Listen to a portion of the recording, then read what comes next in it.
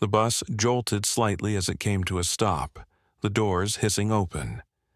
I adjusted my bag on my lap, barely paying attention to the new passengers boarding. It was late afternoon, the kind of time when exhaustion from the day weighed on everyone's shoulders. I had my seat by the window, watching as the city blurred past in streaks of faded sunlight and movement. That's when I noticed her. An elderly black woman, probably in her 70s, stepped onto the bus. She moved carefully, gripping the metal pole tightly as she scanned for a seat. Her posture was slightly hunched, her frail fingers trembling just enough for me to see. A deep frown settled on her face, not from anger, but from the simple weight of age. She looked around, eyes landing on an empty spot. But it wasn't actually empty. A woman sat there, a well-dressed white woman, probably in her 40s. She had her handbag on the seat next to her, scrolling through her phone with the kind of focus that suggested she was pretending not to notice the elderly woman standing before her. The old woman cleared her throat gently. "Excuse me, ma'am," she said, her voice polite but tired. "Would you mind moving your bag so I can sit?" The woman barely glanced up. "There are other seats." Her tone was dismissive, like she was brushing off an annoying question. I glanced around. The bus was packed. Every other seat was taken. The elderly woman hesitated. "I don't mean to trouble you, but I don't see another place to sit." The woman exhaled sharply, still not looking up from her phone. "I said there are other seats." A few people nearby shifted uncomfortably. Someone in the back coughed. The driver had already pulled off, the bus rocking slightly as it navigated the road. The old woman looked around again, her fingers tightening around the metal pole. I felt something twist in my chest. She shouldn't have to stand. Not when there was an empty seat right there. Still, the woman refused to move her bag. Her fingers tapped against her screen. Her lips pursed in annoyance, as if the very request had ruined her day. The old woman didn't argue. She simply nodded slightly, gripping the pole a little tighter, as if bracing herself against the weight of something far heavier than the jerking motion of the bus. And yet nobody spoke, nobody said a word, including me. The bus continued to move, the low hum of the engine filling the silence between us. I could feel the tension thickening in the air, pressing against my chest like an invisible weight. The elderly woman's grip on the pole tightened, her knuckles pale from the strain. She shifted her stance slightly, trying to steady herself against the jerking motion of the vehicle. I stole another glance at the woman with the handbag. She still hadn't moved.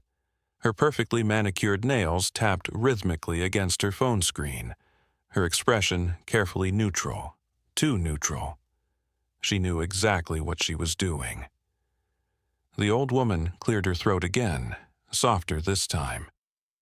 "Ma'am, please, my legs aren't what they used to be." Her voice was patient, but there was something behind it, something fragile, something weary. The woman finally looked up, her lips pressing into a thin line. She exhaled through her nose, annoyed. "I don't see how that's my problem."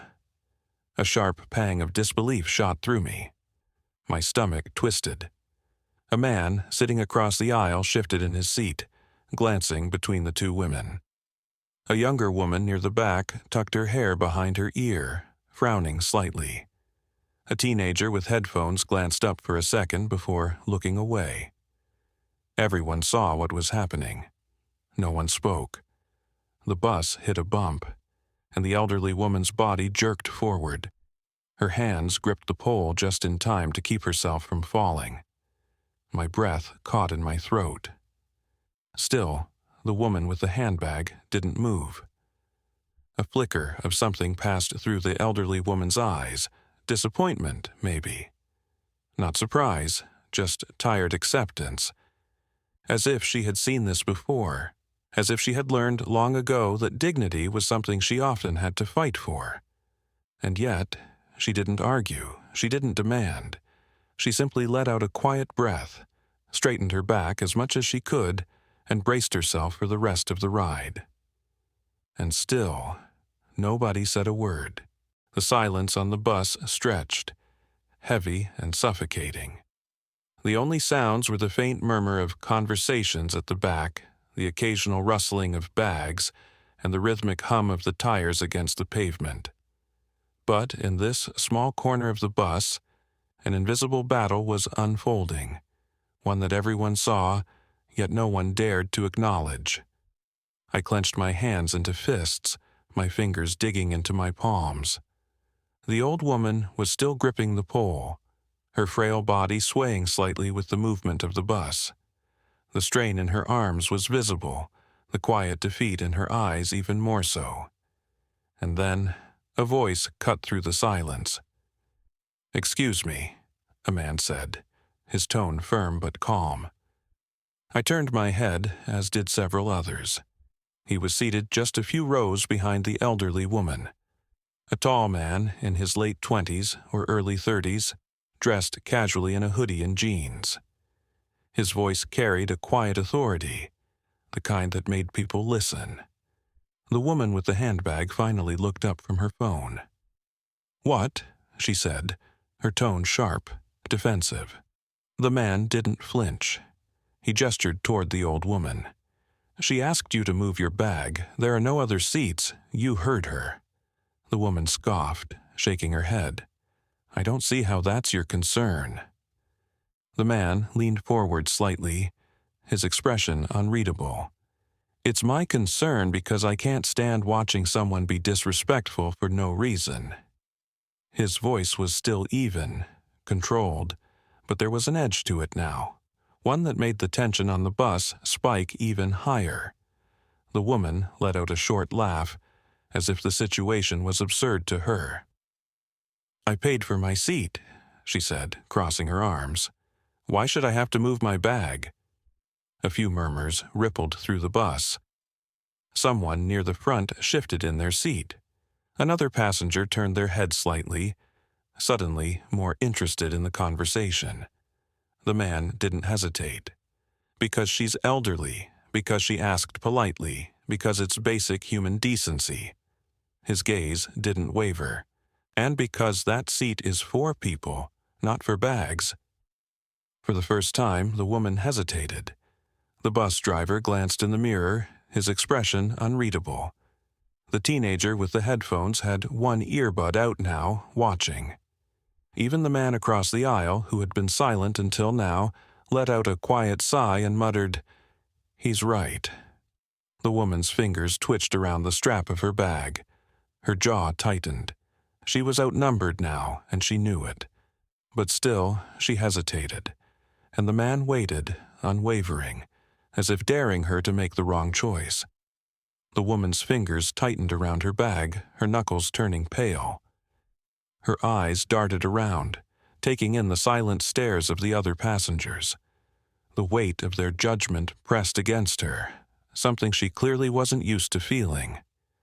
For a moment, I thought she might argue again, push back with some entitled remark, but instead her shoulders stiffened, and she let out a frustrated sigh. With a sharp, exaggerated movement, she grabbed her bag and yanked it onto her lap. "There," she muttered under her breath, rolling her eyes. "Happy now?" The tension in the air didn't immediately disappear, but something shifted. A quiet, unspoken victory. The elderly woman gave a small, gracious nod, as if she wasn't the least bit bothered by the entire ordeal.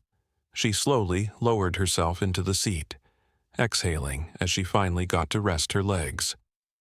"Thank you," she said softly, though it was unclear whether she was addressing the woman or the man who had stood up for her. The man leaned back in his seat, his expression calm but firm. "It's the right thing to do," he said simply. The bus continued its journey, the moment settling into the background. Conversations picked up again, the hum of the engine filling the space where tension had been just moments ago. But something lingered. The woman with the handbag sat stiffly, avoiding eye contact with anyone. She kept her gaze fixed on her phone, but she wasn't scrolling anymore. Every so often, she shifted, as if uncomfortable. Not just physically, but emotionally. And then, after a long pause, she glanced sideways at the elderly woman. She hesitated, then cleared her throat. "I didn't mean to be rude," she muttered, barely above a whisper. The old woman turned her head slightly, her eyes kind but unreadable. She studied the younger woman for a moment before giving a small, knowing smile. "It's never too late to be kind, dear." The woman looked away, her expression unreadable. But something in her posture had softened.